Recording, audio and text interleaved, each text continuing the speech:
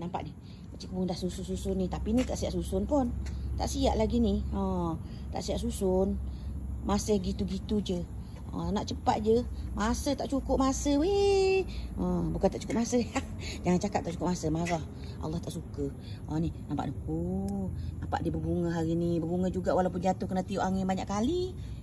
Ini Stapelia. Nampak tu. Ni macam batu-batu. Aduhai. Macam-macam benda lah. Ni dia. Ni dah berbunga sampai terkepit-kepit bunga dia. Nampak tu. Cantik kan?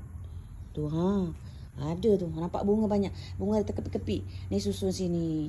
Inilah rak yang saya dah buat beberapa hari lepas tu. Yang ketekung. Ini baru nak susun.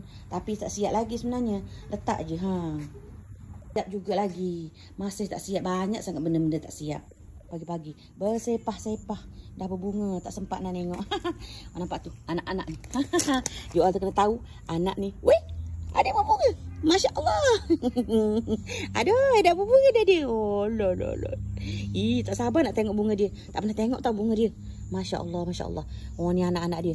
Anak-anak dia tu. Mata saya tengok dia. Kering-kering. Ada berbunyi mata saya tengok. Benih baru deh. Okey, nampak tu.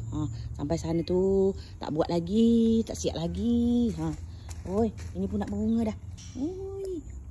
Alhamdulillah. Tu dia.